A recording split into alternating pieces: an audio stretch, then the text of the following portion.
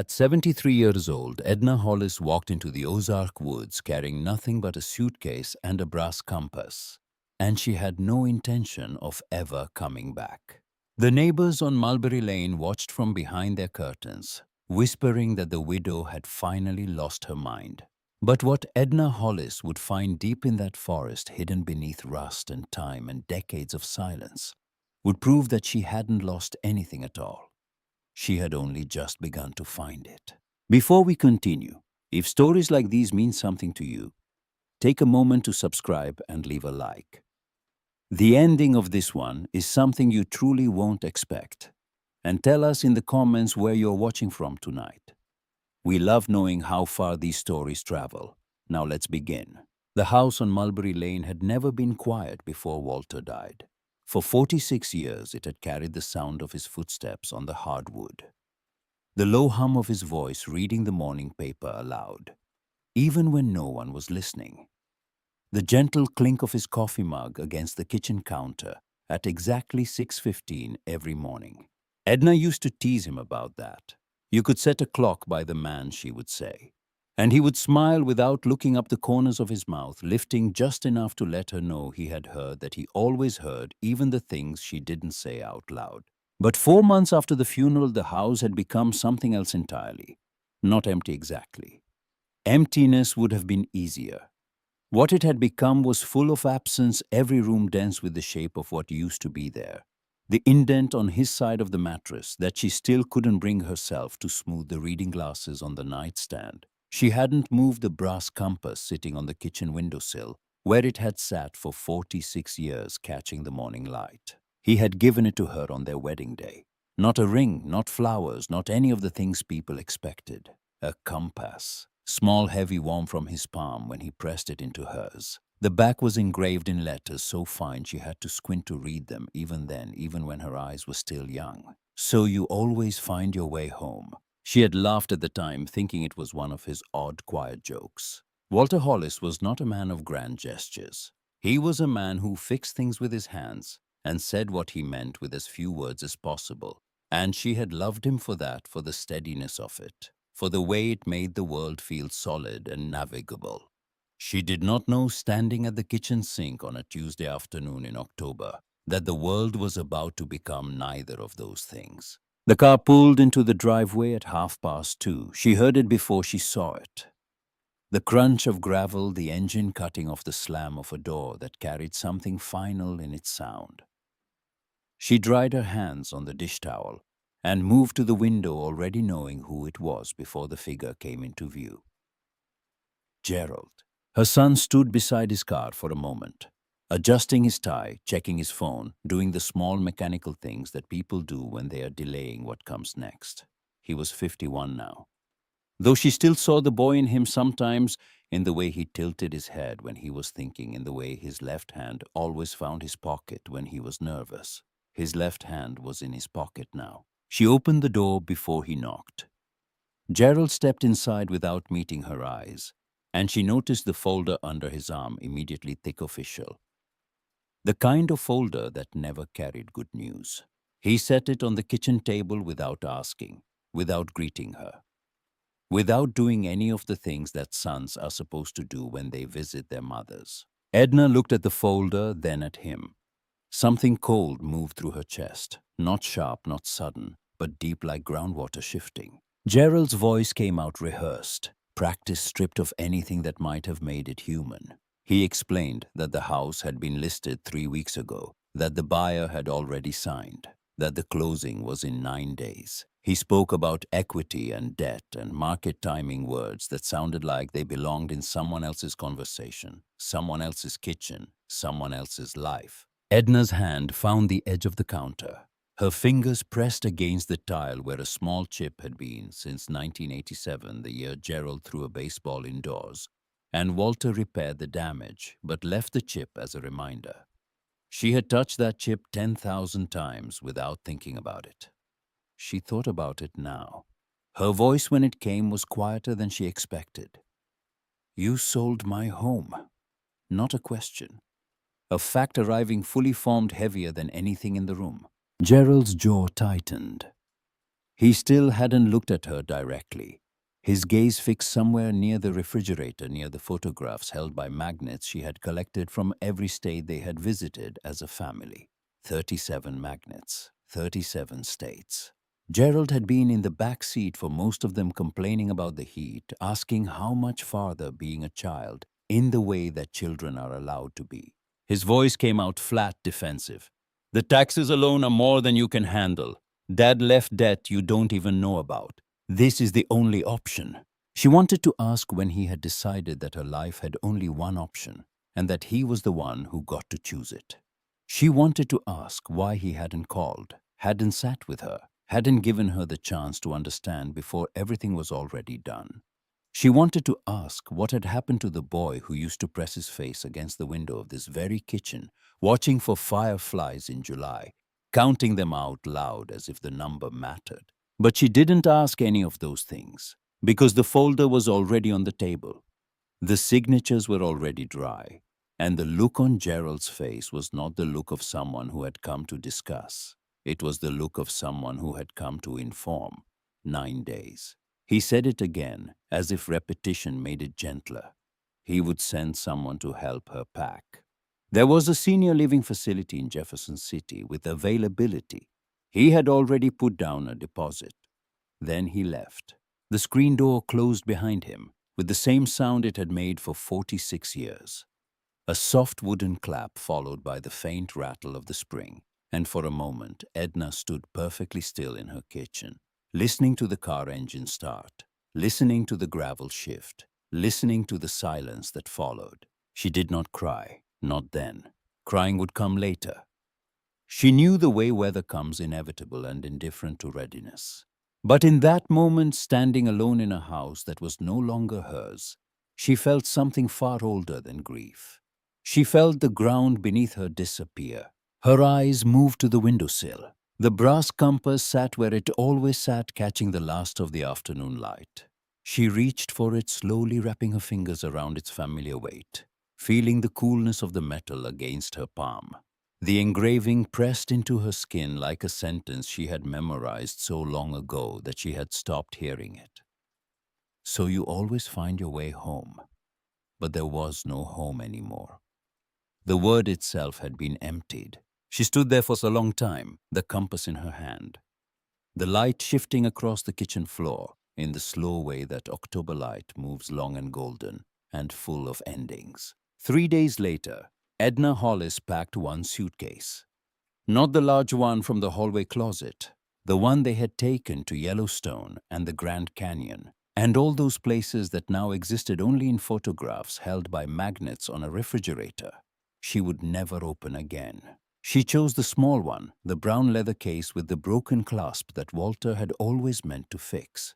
It held 2 changes of clothes, a photograph of their wedding day, a bar of soap, and the brass compass. She left the rest. 46 years of accumulation, and in the end the things that mattered fit in a case the size of a child's suitcase. She did not go to the facility in Jefferson City. She did not call Gerald.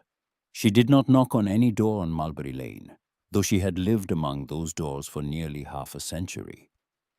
Though she had brought casseroles to every one of them, at least once though, she had watched children grow and leave and return and leave again, from behind those same curtains that now twitched as she passed. Edna Hollis walked through Corder, Missouri at 5 in the morning before the diner opened, before the post office raised its flag, before anyone could see her, and ask where she was going, because she did not have an answer. She walked east on Route 20 until the road narrowed.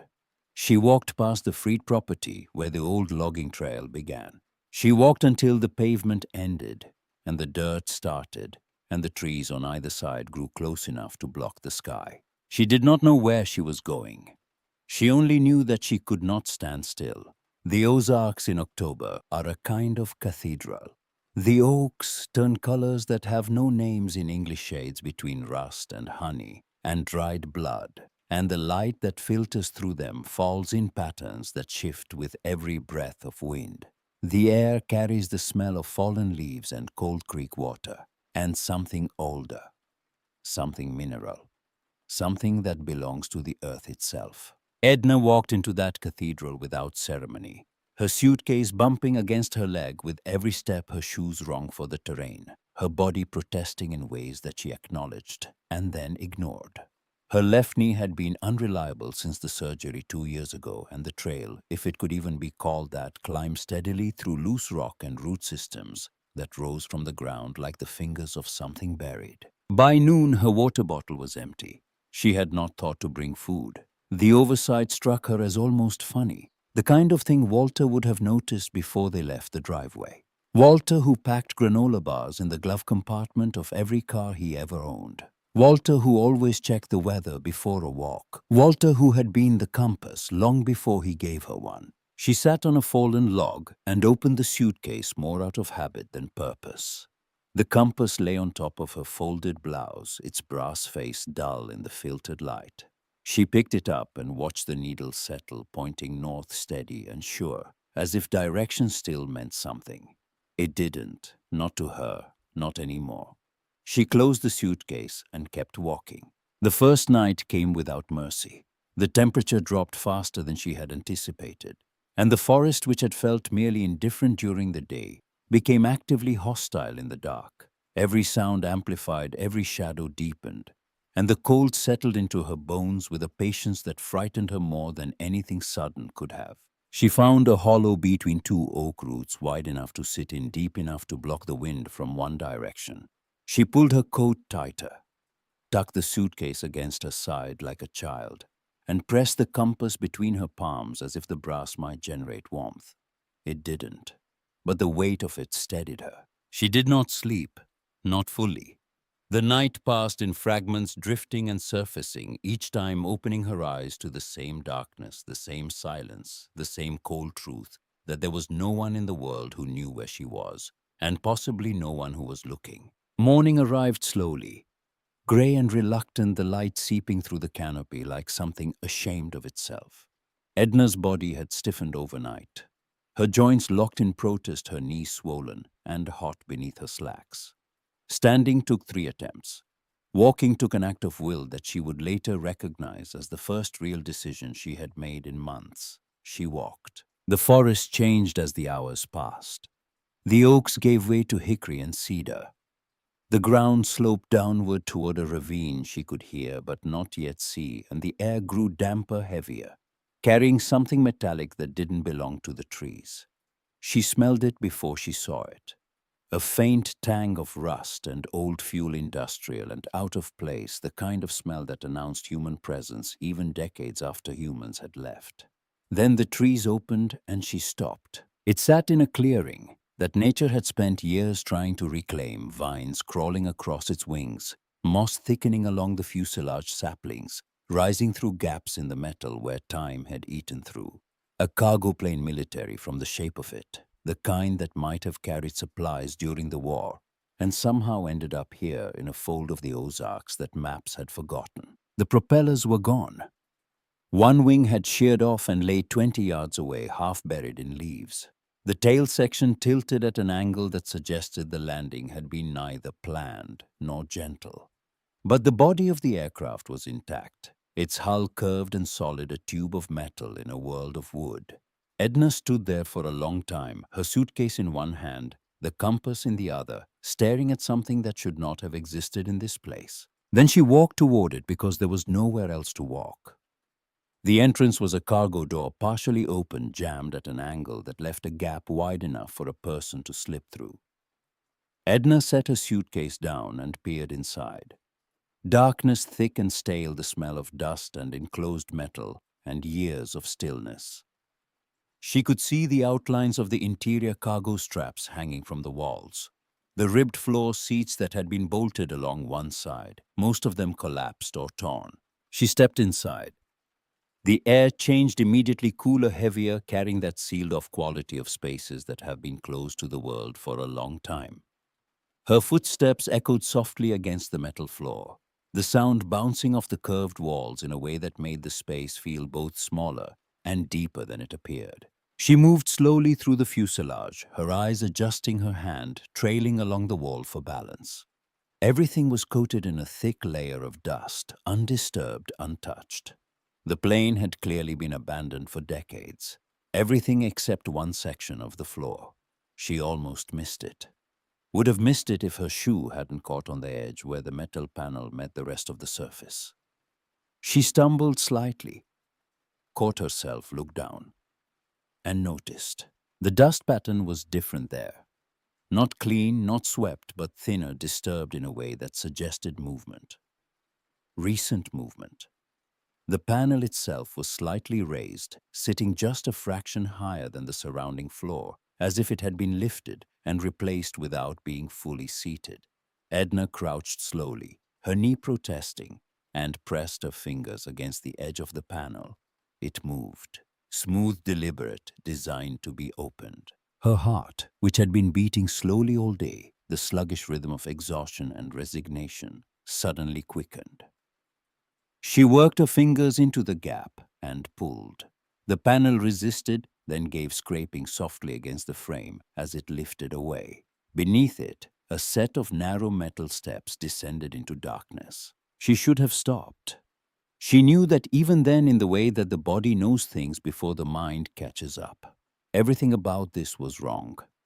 The hidden entrance, the disturbed dust, the sense that this space had not been left alone. Every instinct told her to close the panel, to leave, to walk back into the forest and pretend she had never found this place. But Edna Hollis was 73 years old, and she had lost her husband, her home, and her son in the span of 4 months. Fear requires something left to protect. She had nothing. She descended. The steps were narrow and cold beneath her hands as she gripped the sides for balance, lowering herself into a space that grew darker with each step. The air below was different, damper, carrying a faint smell of earth. And something else, something lived in a human scent that didn't belong in a place supposedly abandoned for decades. At the bottom, her feet found solid ground. The space was small, perhaps 10 feet across the ceiling, low enough that she could feel it close above her. She stood still, letting her eyes adjust, letting the faint light from above outline the shapes around her.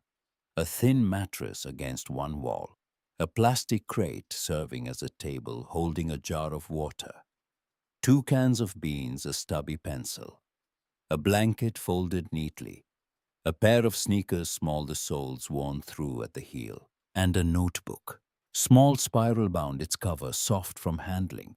Someone was living here, someone small. Edna's breath caught. She reached for the notebook instinctively, the teacher in her, responding to a child's handwriting before the rest of her could process what she was seeing. She opened it, tilting the pages toward the light from above. Not writing. Drawings. Page after page of drawings, done in pencil, detailed and careful and heartbreaking in their repetition. Houses, dozens of them.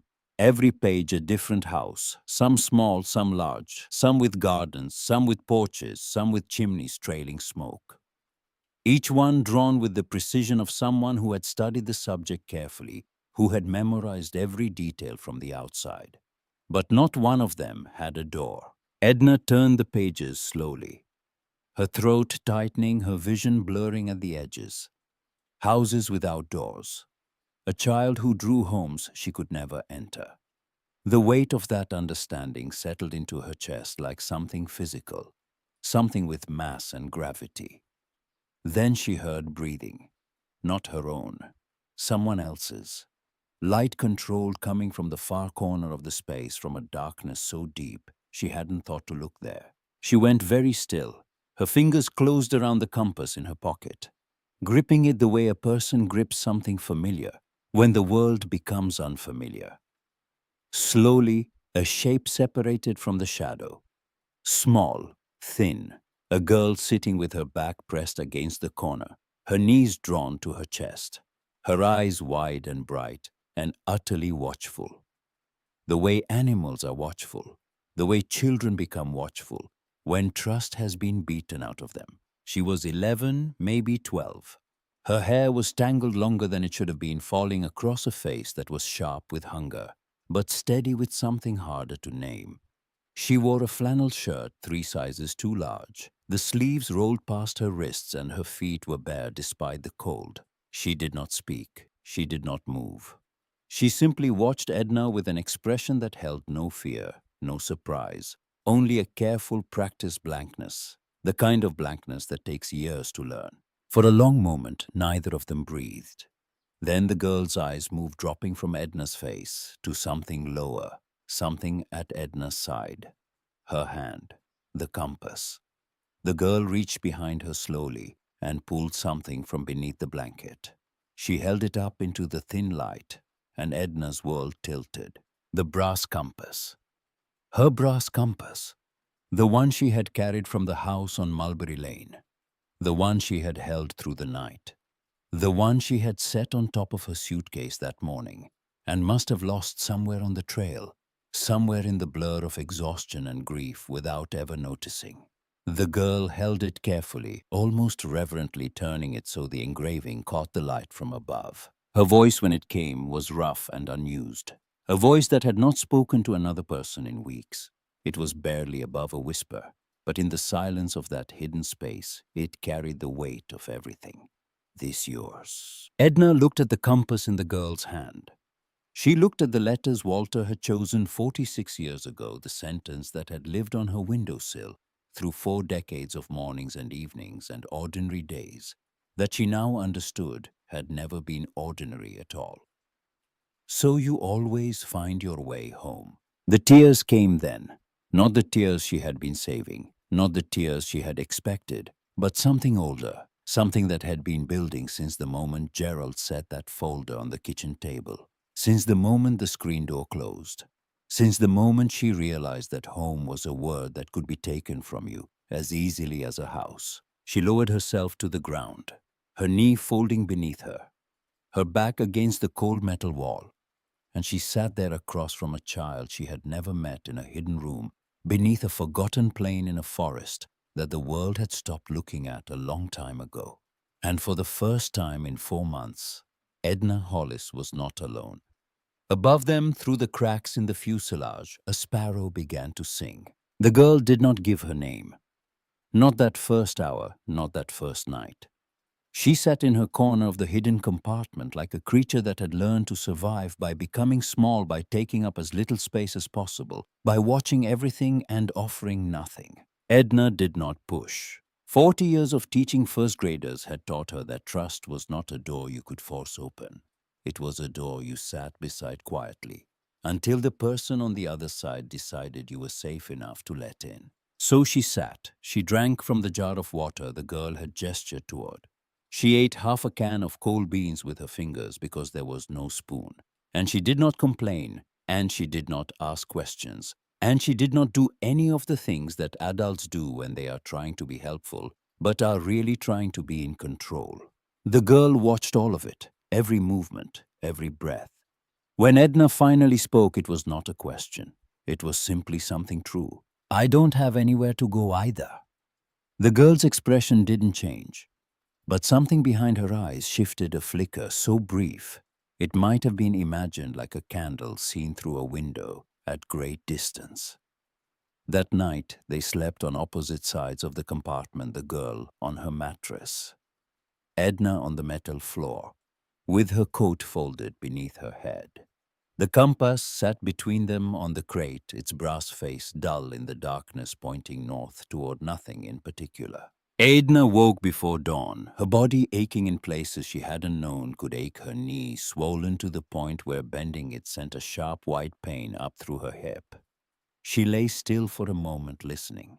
The girl's breathing was even steady, the breathing of someone who had learned to sleep lightly in places that were never quite safe. Slowly, carefully, Edna pulled herself upright and climbed the narrow steps to the fuselage above. The cargo hold was cold in the pre-dawn air. The metal walls slick with condensation, the smell of rust and old fuel sharper in the damp. She moved to the open cargo door and looked out at the forest. The Ozarks in early morning carried a stillness that felt almost sacred. The trees standing motionless, the mist hanging in the ravine below. Like something poured the light. Not yet arrived, but promised a faint grayness at the eastern edge of the sky that said the world was still turning. That another day was coming, whether she was ready for it or not. She looked down at her hands. They were dirty, scratched from the trail, the knuckles swollen with age and cold. These were the hands that had written 37 years of report cards, had held hundreds of small fingers learning to grip a pencil, had pressed against Walter's chest on the last night when his breathing changed. And she knew before the monitors did that he was leaving. These hands were all she had now. These hands and whatever she could make them do. She went back down into the compartment. The girl was awake, sitting upright on the mattress, her eyes already tracking Edna's movement with that same careful blankness. Edna opened her suitcase and took out the bar of soap. She held it up so the girl could see it. Then she climbed back up the steps, found a section of the fuselage where rainwater had collected in a dented panel near the wing joint, and washed her face. The water was ice cold and tasted like metal, but it was clean. She washed her hands, her neck, the backs of her ears, the way her mother had taught her 70 years ago, the way she had taught her students every September. When she came back down, she set the soap on the crate beside the compass. The girl looked at it for a long time. Then, without a word, she took it and climbed the steps herself. It was a beginning, not a dramatic one, not the kind that announces itself. Just the smallest possible shift, two people moving in the same direction without agreeing to the way tributaries find each other, long before they know they're part of the same river. The days that followed were clumsy and difficult and full of failures that would have been humorous if the stakes had not been so real. Edna tried to organize the compartment to create some semblance of order in a space that had been shaped entirely by survival. She stacked the cans by type, arranged the blanket, attempted to fashion a shelf from a broken cargo strap, and a piece of wing paneling she dragged in from outside. The shelf collapsed within an hour, sending 3 cans of beans rolling across the floor and startling the girl so badly that she pressed herself into the corner and didn't move for 20 minutes. Edna sat down on the floor beside the ruined shelf and laughed. Not a large laugh, not a performance, just a small sound that escaped her before she could catch it. The kind of laugh that comes when the distance between what you intended and what actually happened is so vast that the only honest response is to acknowledge it. The girl stared at her. Then for the first time, the very corner of her mouth moved. Not a smile, not yet, but the ghost of one passing through on its way to somewhere else. Edna tried to cook. The girl had been eating canned food cold straight from the tin, using a rock to puncture the lids. Edna gathered dry sticks and attempted to build a small fire outside the plane in the clearing where the wing had sheared off. She had never built a fire in her life. Walter had always handled that on their camping trips, the 2 they had taken in 1979 and 1983, both of which had ended early due to rain. The fire smoked terribly, produced almost no heat, and went out 3 times before Edna managed to get the beans warm enough to eat. Her eyes watered from the smoke. Her fingers were black with charcoal. The beans tasted like metal and wood ash. They were the best thing she had eaten in days. On the 3rd morning, the girl spoke again. Not much, not loudly, but enough. "There's a creek, past the big rock." Edna looked at her.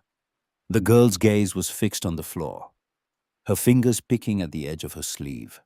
Her body angled slightly away, as if the words had cost her something, and she wasn't sure she wanted to pay. Edna didn't ask for directions. She simply stood, took the empty jar, and waited. The girl hesitated. Then she stood too, slipping her feet into the worn sneakers by the mattress, and moved toward the steps. She climbed out of the compartment without looking back, and Edna followed. And together they walked through the trees in silence until the sound of water reached them. The creek was narrow and clear, running over smooth stones in a gully about 200 yards from the plane. The girl crouched at the edge and filled the jar with quick practice movements. Her hands steady, her body positioned so she could see the surrounding trees at all times. She had done this many times before, and the efficiency of it, the automatic vigilance, told Edna more about the girl's life than any words could have. They carried the water back together, and when they reached the plane, the girl paused at the cargo door and said without turning around, her voice barely louder than the wind through the cedars, "Birdie." Edna waited. "That's what he called me, my dad." The girl disappeared inside before Edna could respond. but the name hung in the air like the last note of a song still vibrating after the instrument has been set down. Birdie. The afternoon of the fourth day brought Harlan Freed. He came through the trees from the north, moving with the unhurried confidence of a man who had walked these woods for decades, a canvas bag over one shoulder, a battered hat pulled low against the October sun. He was 68, tall, thinned by years, and whether his face the color and texture of walnut bark. He stopped at the edge of the clearing when he saw the fire ring outside the plain, the smoke-blackened stones, the footprints in the soft earth that told him everything he needed to know about who was here and for how long. Edna saw him from the cargo door and felt her body tense instantly. A stranger, a man, the first person from the outside world in days. She moved instinctively to position herself between the clearing and the compartment entrance, her hand finding the edge of the door frame, her body blocking the way down. Harlan stopped walking. He stood there 20 yards away and did something that Edna did not expect. He took off his hat. Not a greeting, not a formality. Something older than that. The kind of gesture that belongs to a generation that understood silence as a form of respect, that knew some situations require the removal of barriers before any words can be exchanged. His voice carried across the clearing, low and unhurried. Saw the smoke 2 days ago, came to see if somebody needed help. Edna didn't respond. Her fingers tightened against the doorframe. Harlan looked at the fire ring, the scattered cans, the suitcase visible just inside the cargo door. He read the scene the way a man reads weather all at once without needing to examine each detail separately. Then his eyes moved back to her face, and she saw something in them that she hadn't expected to find in a stranger's gaze. Recognition. Not of her specifically, but of the situation, of what it looked like when a person had run out of places to go. He set his canvas bag on the ground slowly, deliberately where she could see it. Then he stepped back, 3 full paces. There's cornbread in there, some jerky, matches that actually work. A pause, the wind moving through the clearing carrying the smell of cedar and cold water. I'm down the ridge about a mile. Cabin on the logging road. Name's Harlan. He put his hat back on, turned, and walked into the trees. No questions, no demands, no insistence on explanations or gratitude or any of the things that people attach to their generosity like strings. Edna waited until his footsteps faded completely. Then she opened the bag. Inside, wrapped in a clean cloth, she found the cornbread, the jerky, a box of kitchen matches, a small jar of honey and folded at the bottom. A note written in handwriting that was large and careful, and clearly not accustomed to expressing itself on paper. The note said, "You don't have to explain anything." That evening, Edna and Birdie ate cornbread with honey by the light of a fire that started on the first match. The sweetness of the honey was so unexpected, so foreign after days of cold beans and creek water, that Birdie closed her eyes when she tasted it, and her face for just a moment became the face of a child who had remembered what it felt like to be given something without conditions. Edna watched her, and the compass in her pocket pressed against her hip like a heartbeat. Over the next week, Harlan returned 3 more times, always from the north, always with supplies, always leaving them at the edge of the clearing, and retreating before Edna could feel obligated to invite him closer. He brought a tarp for the leaking section of the fuselage. He brought a pot for boiling water. He brought a wool blanket that smelled like cedar and wood smoke and decades of use. On his 4th visit, Edna was waiting at the edge of the clearing. She had made coffee or something close to it using grounds from a jar she had found in one of the plane's overhead compartments. Ancient and stale, but still capable of producing a dark liquid that tasted like ambition and regret.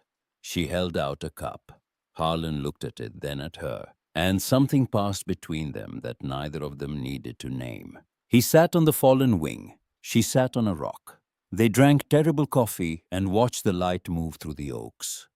And for a while, neither of them spoke because they belonged to a generation that understood that silence between 2 people could be a form of trust rather than a failure of communication. Eventually, Harlan set down his cup and looked toward the plane, his eyes settling on the fuselage with an expression that Edna could not immediately read.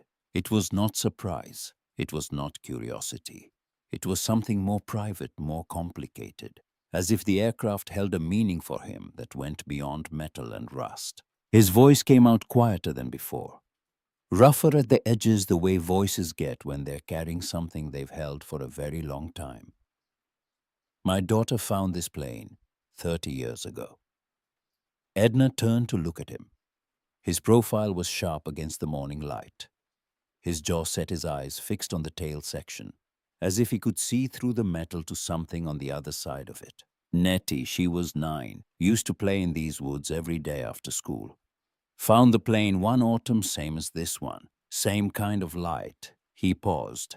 The silence stretched, filled with the sound of the creek somewhere below, and the wind pressing through the canopy above.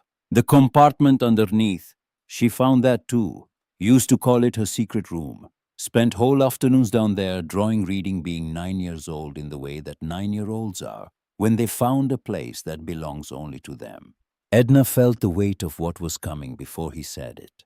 She felt it the way you feel a change in pressure, before a storm, not in the ears but somewhere deeper, somewhere in the chest where the body stores the things it knows but hasn't yet been told. Harlan's hands, large and scarred, and still rested on his knees. He did not look at her when he spoke next. Lost her when she was 12. The creek down past the ravine. Spring flooding. She knew that creek better than anyone, but the water that year was something else. He stopped. Not because he had run out of words, but because some sentences once completed change the shape of the air around them, and the person who speaks them needs a moment to adjust to the new weight. Edna sat very still. She did not say she was sorry. She did not reach out. She did not do any of the things that people do when confronted with a grief that is not theirs to carry. She simply sat beside him in the silence, holding the space the way she had learned to hold it in 40 years of sitting beside children who had lost things they could not name. After a long time, Harlan spoke again. Haven't been to this plane since she died. 30 years. Couldn't bring myself to walk this way. Then I saw the smoke. He looked at Edna then directly, and his eyes carried something that she recognized because she carried it too. Not pain exactly. Pain was too simple a word. What he carried was the particular weight of a life that had continued after the reason for continuing had been removed. Edna looked at the plane. She looked at the hidden compartment where Birdie slept. She thought about Nettie at 9 years old drawing in a secret room. She thought about Birdie at 11 drawing houses without doors. 3 people, 3 losses, the same place. The compass in her pocket seemed heavier than it ever had, as if the brass itself understood what she was only beginning to see. That this place, this rusted, forgotten aircraft in a fold of the Ozarks, was not random. It was a gathering point. A place where the lost things collected the way water collects in the lowest part of a landscape, not because it chooses to, but because gravity and terrain and time leave it nowhere else to go. In the days that followed, Birdie began to change. Not dramatically, not all at once, but in small increments that Edna tracked the way a gardener tracks growth, not by measuring daily, but by noticing one morning that something is different from what it was. She started leaving the compartment before Edna woke, climbing the steps on her own, sitting on the wing in the early light with the notebook in her lap. She started answering questions with more than one word. She let Edna sit closer. She stopped flinching when Harlan's footsteps sounded in the trees. And one afternoon, when Edna took the compass from her pocket and showed Birdie how to read it, how to find north, how to orient yourself in a landscape that offered no landmarks, the girl listened with a concentration so fierce that Edna could feel it. A hunger not for food, but for knowledge, for tools, for anything that might make the world less dangerous. Birdie held the compass in her palm, turning her body until the needle settled, and her voice came out clear and strong for the first time since Edna had met her. North is that way. Edna nodded. And home. The question was asked simply without weight, the way a child asks about something they have heard of, but never experienced. But it landed in Edna's chest like a stone dropped into still water. the ripples spreading outward into places she hadn't known were there. She looked at the girl, at the compass in her small hand, at the trees standing sentinel around them. "We're still figuring that out." Birdie considered this. Then she handed the compass back and said quietly, as if testing the word for the first time, "Edna. Not lady. Not nothing. Her name." The first person from Corder arrived on a Tuesday. Ruth Calloway, who had run the general store on Main Street for 31 years, appeared at the edge of the clearing carrying a cardboard box with the steadiness of a woman who had made up her mind about something and was not interested in being talked out of it. Word had spread the way it always does in towns of 400 people through glances and half sentences, and the particular silence that falls when someone brings up a subject that everyone has been thinking about, but no one wants to be the first to name. The old woman in the woods, living in a wrecked plane, possibly with a child. Ruth set the box down at the same spot where Harlan always left his supplies. Inside were 2 quilts, a bag of apples, a flashlight with fresh batteries, and a children's book dog-eared and well-loved with a handwritten note tucked inside the cover that said, "From the Corder Women's Circle, you are not forgotten." Edna read the note 3 times. Then she folded it carefully and placed it inside the compass case beside the inscription that Walter had chosen all those years ago, 2 messages about finding and being found, pressed together like leaves in a book. Others followed. Not many, not all at once, but enough. A man named Franklin left firewood cut and stacked at the trailhead. A woman whose name Edna never learned left a bag of clothes in children's sizes hanging from a branch near the clearing. Someone left a thermos of hot soup on a Wednesday, and Birdie drank it so fast that she burned her tongue and didn't care. The community came in whispers, in gestures, in the quiet, persistent way that small towns care for their own, even the ones they've never claimed. Even the ones who showed up uninvited and broken, and carrying nothing but a suitcase and a compass that pointed toward a home that no longer existed. Then the county came. The white sedan appeared on the logging road on a Thursday morning, visible from the clearing. If you stood on the wing and looked east, which Birdie did every morning, now a habit Edna had noticed, but never commented on, understanding that the girl scanned the horizon, the way soldiers do not, looking for beauty but for threats. Birdie saw the car before Edna heard it. Her body changed instantly, every muscle drawing tight, her eyes going flat and distant, her breathing shifting to something shallow and controlled. She dropped from the wing and was inside the fuselage before Edna could stand. Edna climbed up to look. The sedan was parked at the end of the logging road, and 2 figures were walking up the trail, a woman in a gray coat carrying a clipboard, and a man in uniform walking beside her. County Social Services. Someone had called. The woman's voice reached the clearing before she did.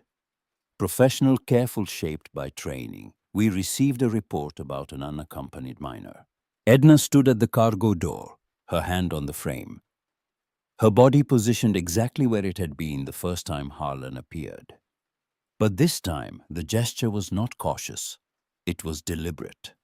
She looked back into the fuselage toward the compartment entrance and saw Birdie's face in the shadows below. Pale, wide-eyed, every line of her body, saying the same word over and over without sound. "No, no, no." The woman with the clipboard stepped into the clearing, her eyes taking in the plane, the firing, the tarp, the evidence of habitation. The officer stayed back, hands at his belt, scanning the perimeter. Edna's mind moved faster than it had in months. She thought about the system. She knew the system.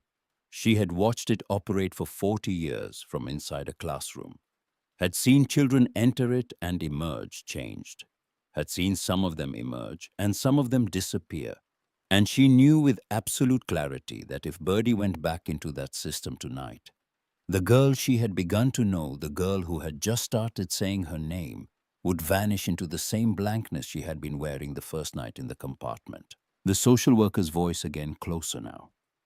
"Ma'am, we just need to talk to the child. Make sure she's safe." From below, from the hidden space beneath the floor, Edna heard it.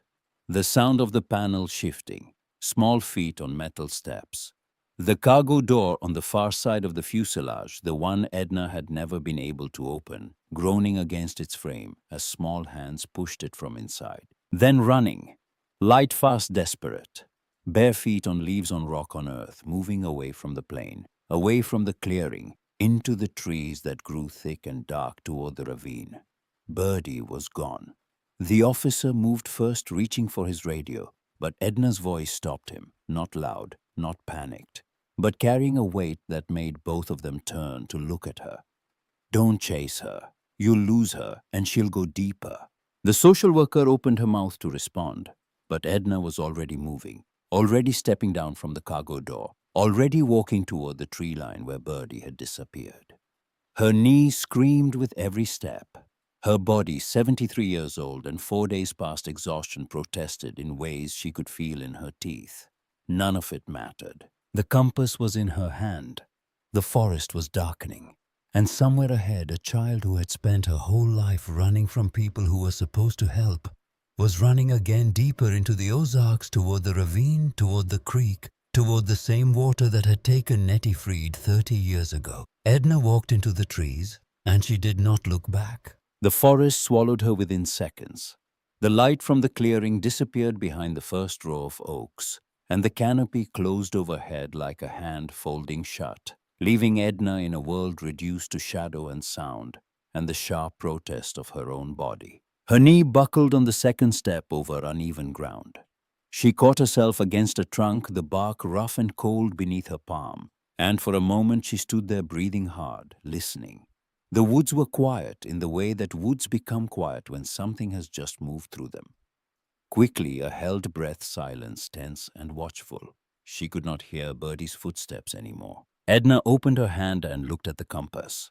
The brass caught no light here under the dense canopy, but she could feel the weight of it, the familiar heft that had steadied her through every uncertain moment of the past week.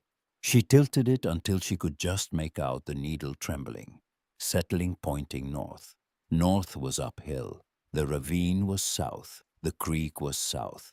She turned south. The ground sloped downward through a maze of roots and loose stone, the kind of terrain that punished hesitation and rewarded commitment. Edna committed. She moved faster than her body wanted to move, her left hand gripping branches for balance, her right hand closed around the compass, her breath coming in short, sharp pulls that tasted like iron and cold air. Every few steps she stopped and listened. The forest offered nothing. No footsteps, no crying, no sound that might tell her where an 11-year-old girl had gone to hide from a world that had never stopped hurting her. But Edna was not listening for sounds. She was listening for silence. 40 years in a classroom had taught her that frightened children do not make noise. They make absence. They create pockets of stillness around themselves. Small vacuums where even the air seems to pause. And if you know what you are listening for, you can find those pockets the way you find a clearing in dense woods by the change in quality of the space around you. She moved south. The slope steepened. The oaks gave way to sycamores, their white bark ghostly in the fading light. And beneath them, the ground grew damp soft, yielding under her shoes in a way that told her the water was close. Then she heard it. Not Birdie. The creek. A low, steady murmur rising from the bottom of the ravine, the sound of water moving over stone, persistent and indifferent. The same sound it had made 30 years ago when Nettie Freed played along its banks. The same sound it had made on the spring day when the water rose and Nettie did not come home. Edna's chest tightened. She thought of Harlan, of his face when he told the story of the careful blankness he had constructed around the memory, like a wall built to hold back a flood. She thought about what it would do to him if another child was lost to this same water, in this same place, in this same fold of the Ozarks, that seemed to collect broken things the way low ground collects rain. She kept moving. The ravine opened below her, wider than she had expected, the creek running along the bottom, in a channel carved by decades of seasonal flooding. The banks were steep, muddy, lined with exposed roots that hung over the edge like reaching fingers. The water was low now, October low, shallow enough to see the stones on the bottom, but the gouges in the bank told the story of what it became in spring, how high it rose, how fast it moved, how little it cared about what was in its path. Edna scanned the bank, left, right, downstream, upstream, looking for the pocket of silence, the place where the air changed. There, 30 yards downstream, where a large sycamore had fallen across the creek, its root system torn from the bank and creating a hollow against the earth. A small cave of roots and soil just large enough for someone who had spent her life learning to fit into spaces that weren't meant for her. Edna approached slowly. She did not call out. She did not rush. She moved the way she had moved in the compartment that first night, with the patience of someone who understood that the distance between two people is not measured in feet, but in trust, and trust cannot be crossed quickly. She reached the fallen tree and lowered herself to the ground, her knee folding with a pain that she registered and dismissed in the same breath. She sat with her back against the trunk, 3 feet from the hollow, close enough to be present, far enough to not be a threat. She could see Birdie now, curled in the root hollow, her knees drawn tight, her arms wrapped around herself, her face pressed against her forearms, so that only her eyes were visible, wide and dark and fixed on Edna, with the wary stillness of something that has been cornered too many times to believe that this time might be different. Edna did not speak. She took off her coat slowly and laid it on the ground between them, within Birdie's reach, but not touching her. Then she waited.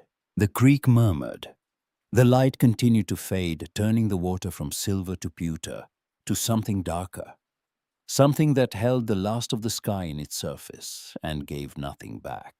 A cold wind moved through the ravine, carrying the smell of wet stone and decaying leaves, and the approaching winter that the trees had been preparing for all month. Minutes passed, maybe 10, maybe more.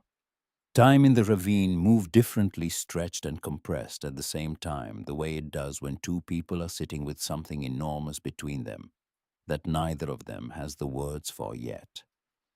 Then Birdie's voice came muffled by her arms, so quiet that the creek almost took it. "He didn't leave me." Edna stayed still. "My dad." Birdie's face lifted slightly, just enough for her mouth to clear her sleeve. "Everyone thinks he left. The case file says abandoned. But he didn't leave." Her hand moved to her collar, pulling at a cord around her neck that Edna had noticed before, but never asked about. Birdie drew it out and held it in her palm.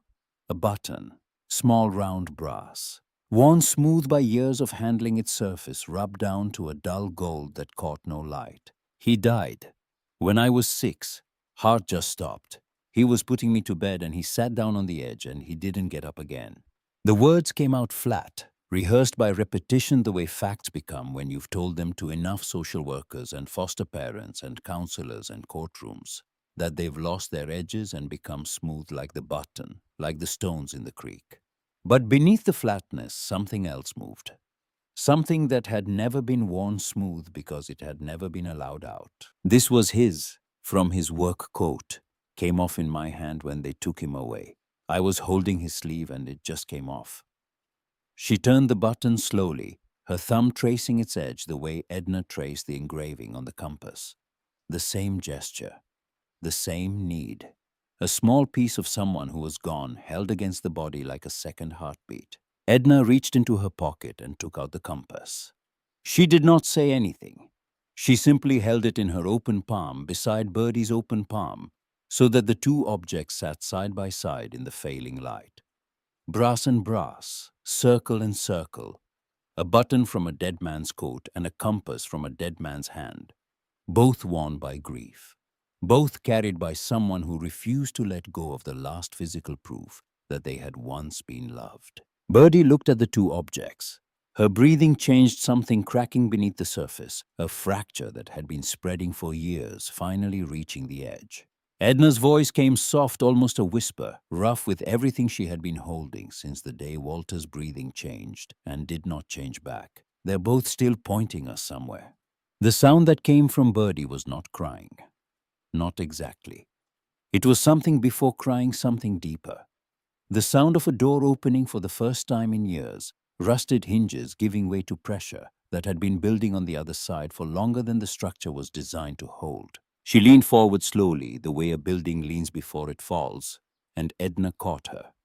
Not dramatically, not with the sweeping motion of rescue, but simply by being there, by not moving, by letting the girl's weight come to rest against her chest, the way water comes to rest in the lowest part of a landscape. Birdie pressed her face into Edna's shoulder and shook. No sound now, just trembling deep and full-bodied, as if everything she had held rigid for 5 years was finally being allowed to release. Edna wrapped her arms around the girl and held her. The coat lay over both of them.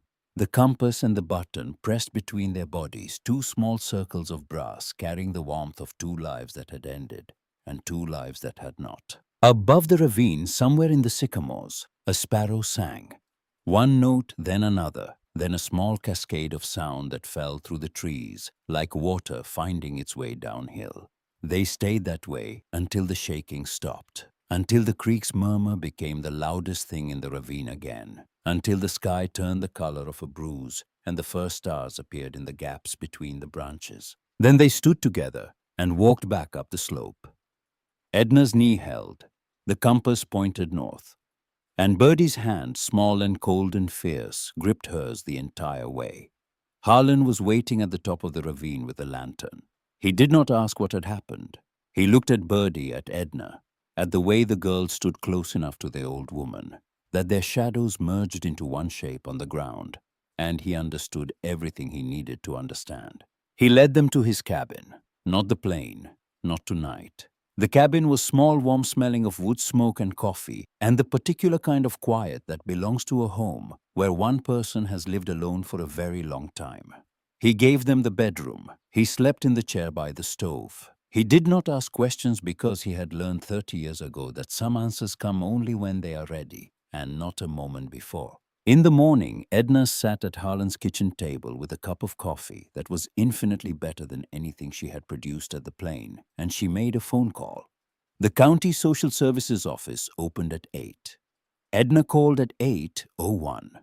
Her voice was steady, clear, carrying the particular authority of a woman who had managed classrooms of 36-year-olds for 4 decades and was not intimidated by bureaucracy. She asked about the process for becoming a foster parent.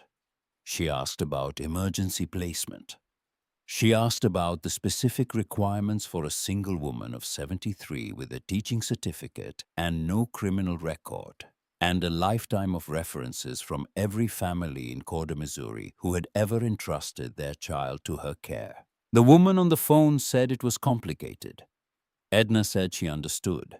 The woman said it would take time. Edna said she had time. The woman said there would be home visits, background checks, evaluations. Edna looked through the kitchen window at Birdie, who was sitting on Harlan's porch with the notebook in her lap drawing. The morning light fell across her in long golden lines, and the pencil moved steadily across the page, and for the first time since Edna had met her, the girl's shoulders were not drawn up around her ears. "I'll be here," Edna said. "We'll both be here." That afternoon, Ruth Calloway arrived at the cabin with a folder of her own. Inside were 17 signatures, every member of the Corder Women's Circle, and several people who were not members but had heard what was happening and wanted to add their names. A letter of community support addressed to the county vouching for Edna Hollis, former teacher, widow, resident in spirit, if not in deed. Franklin, who had been leaving firewood at the trailhead for a week, arrived with lumber. He and Harlan spent the afternoon repairing the small outbuilding behind the cabin, a structure that had once been a workshop and was now becoming something else, something with a window and a door, and enough space for 2 people who did not need much space, only enough to feel that the walls around them were walls they had chosen. The phone rang at 4 in the afternoon. Edna answered because Harlan did not own a phone, and this was Ruth's left behind for exactly this purpose. Gerald's voice came through the line, distant and strained, as if the connection itself was reluctant to carry what he had to say. He had seen the story on the local news. A brief segment, 30 seconds, about a retired teacher living in the Ozark woods. Someone had filmed the plane from the logging road with a phone. He did not apologize. Edna had not expected him to because she understood something about her son that had taken her 73 years to learn. Gerald's cruelty was not malice. It was fear. Fear of debt. Fear of failure. Fear of becoming the kind of man who couldn't solve problems. And so he solved them the only way he knew how, by cutting away the parts that made them complicated. She was the complicated part. His voice came through in fragments, starting sentences and abandoning them, circling the thing he wanted to say without ever landing on it, the way a plane circles an airfield in bad weather, wanting to touch down but unable to see the ground. Edna listened. She listened the way she had listened to thousands of children who didn't yet have the language for what they felt, patiently, without interruption, without the need to fill the silence with her own response. When he finally stopped talking, she said one thing, just one. Her voice carrying no anger, no bitterness, no performance of forgiveness. Simply a fact delivered with the same quiet certainty with which she had told Birdie that they were still figuring out where home was. I'm where I need to be, Gerald. Then she hung up, and the weight she had been carrying since the day he set the folder on the kitchen table. The weight of betrayal, of abandonment of a son who had looked at his mother and seen a problem to be solved rather than a person to be loved. That weight did not disappear. It simply settled. It found its place among the other things she carried beside the grief and the gratitude and the compass and the memory of Walter's hands, and it became bearable. Not gone, bearable, which she was learning was enough. The Ozarks turned. October gave way to the first breath of November, and the trees completed their transformation.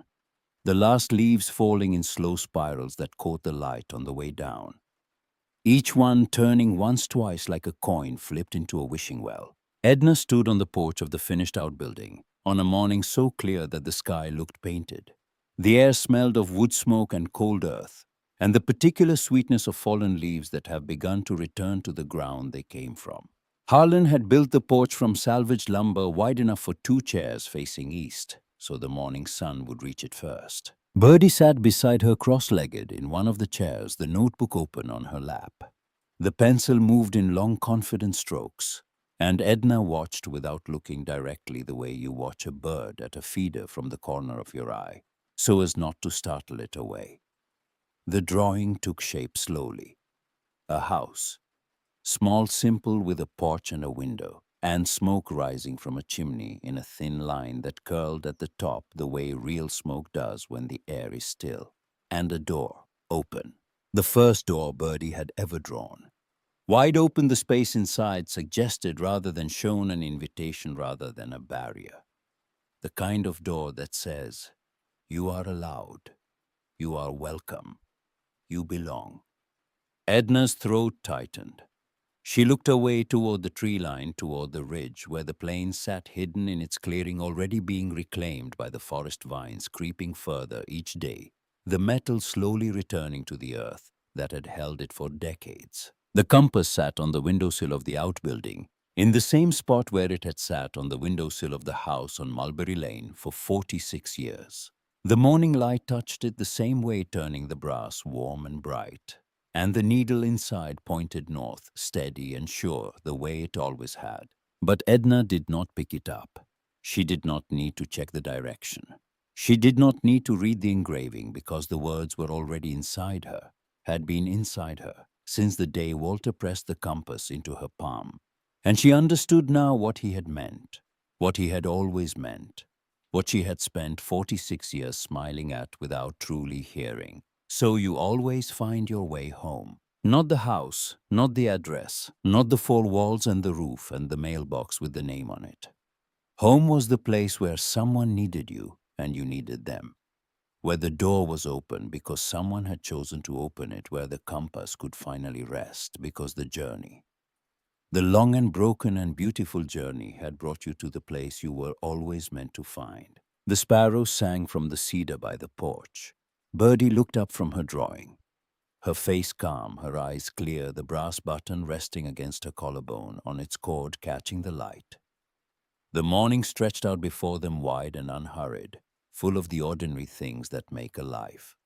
coffee to drink, wood to carry, a door to walk through, and someone on the other side. If someone in your life has ever been your compass, the person who helped you find your way when the road disappeared, the trees closed in, and you couldn't remember which direction was home, tell us about them in the comments.